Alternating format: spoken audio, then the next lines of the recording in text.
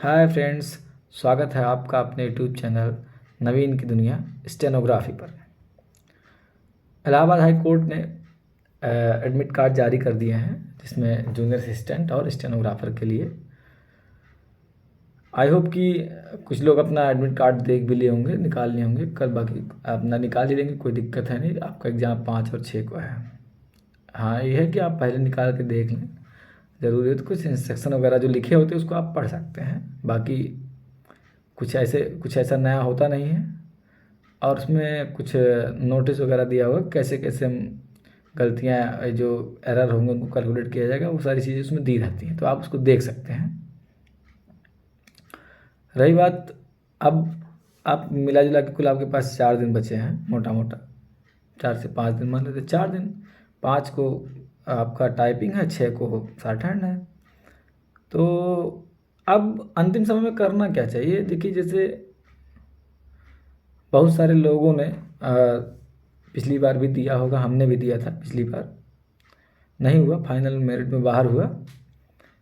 तो जिन्होंने दे रखा है, टाइपिंग दिया हो या शॉर्ट हैंड दिया हो, उनके पास वो अनुभव लेकर जाएंगे, उनके पास एक्सपीरियंस होगा और उनको पता भी है।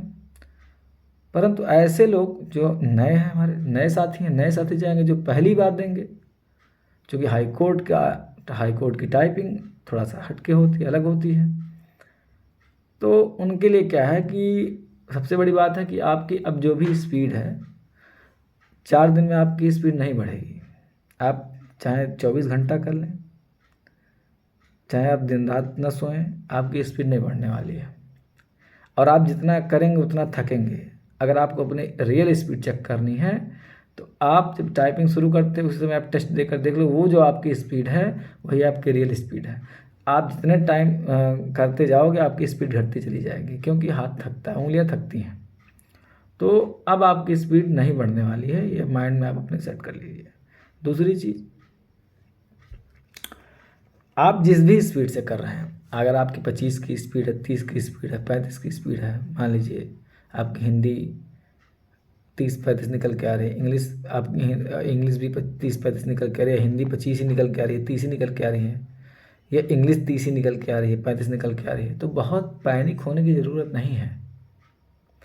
अब उस हाल में आपका पेशेंस, आपका कंट्रोल कितना है, वो मायने रखेगा। हमने ऐसे ऐसे स्पीडर देखे हैं जिनकी स्पीड यहाँ पे 50, इंग्लिश में 50, 45, 55 रही, 50, 55 के आसपास रही है, 45 रही है, 40 रही है, और वो एग्ज़ाम हॉल में जाके फेल हुए हैं। मैं बताऊँ, मेरा 2019 जूनियर असिस्टेंट वाले बैच में मैंने टाइपिंग दिया था और मैं दोनों में टाइपिंग में पास हुआ था। मेरी इंग्लिश में 39 वर्ड निकल के आई थी स्पीड, और हिंदी में 34 वर्ड निकल के आई थी स्पीड। फाइनल मेरिट में बाहर हुआ था लगभग 1.5 नंबर से। मेरे साथ लड़का था, करता था, जब मैं टाइपिंग सीखने गया था तब उसकी इंग्लिश की स्पीड 50, 45, 50 के आसपास थी। 1.5 महीने मैंने टाइपिंग करी, 1.5 महीने में मेरा टाइपिंग तैयार हुआ, मैंने टाइपिंग दिया और वो भी टाइपिंग दिया, और वो इंग्लिश वाली टाइपिंग में फेल हो गया पे 27 वर्ड उसकी निकल के आई। तो स्पीड बहुत मायने नहीं रखेगा, लेकिन अब इसका मतलब ये नहीं कि आपकी बिल्कुल स्पीड ना हो। अगर आपकी स्पीड थोड़ी आगे पीछे है तो बहुत मायने नहीं रखेगा, वहाँ पे आपका कंट्रोल मायने रखेगा, आप कितना अपने आप पे कंट्रोल कर लेते हैं। तो मेरे कहने का मतलब यह है कि आप टाइपिंग जब भी स्टार्ट करिएगा, वहाँ पे पेशेंस बनाए रखिएगा। जल्दीबाजी नहीं करना, पहला मिनट आपको बहुत ही आराम से करना है। जो लोग एग्ज़ाम दिए हैं पहले, उनको पता है कि हाई कोर्ट की टाइपिंग में आपको ना हाईलाइट होगा, ना एरर दिखेगा, ना कुछ ब्लिंक व्लिंक करेगा। आपको पूरा कंसंट्रेशन बना के रखना होगा।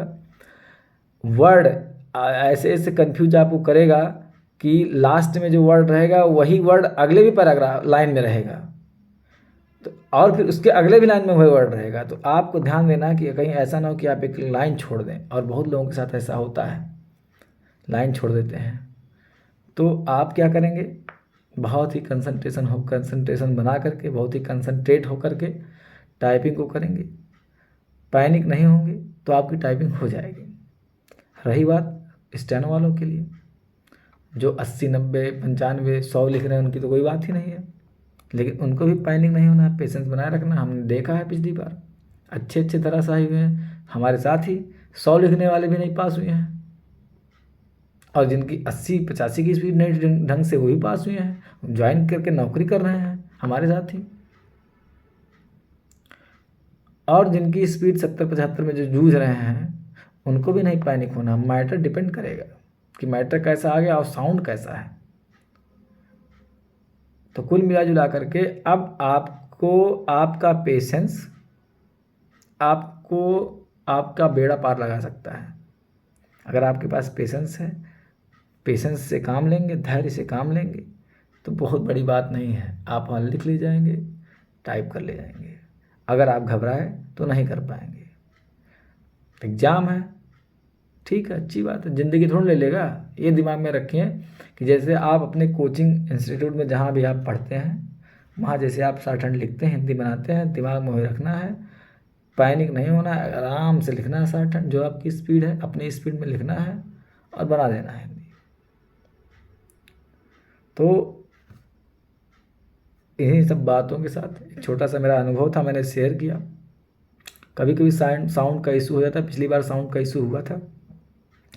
तो देखिए अगर साउंड का इशू होगा तो सबके लिए होगा, और हाई कोर्ट मानेगा भी नहीं, आप चाहे जितना चिल्लाते रह जाइए, वो नहीं मान सकता है।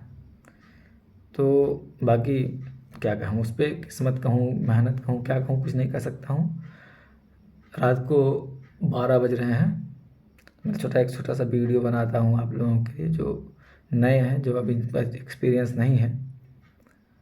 तो सभी को शुभकामनाएँ हैं, और हम चाहते हैं कि अधिक से अधिक लोग, जितना पोस्ट है भाई वो उतना ही बनाएगा, लेकिन मैक्सिमम लोग सेलेक्ट हो जाएं और नौकरी पाएँ, अच्छे से नौकरी करें। बाकी जिनका नहीं हुआ है, जैसे मेरा भी नहीं हुआ है और भी हमारे बहुत साथी नहीं हुआ है, कुछ लोग यूपी 80 333 के लिए भी फॉर्म अप्लाई किए होंगे, उसकी तैयारी करें। 5512 आपके सामने, हो सकता है एग्ज़ाम मई जून तक हो ही जाए।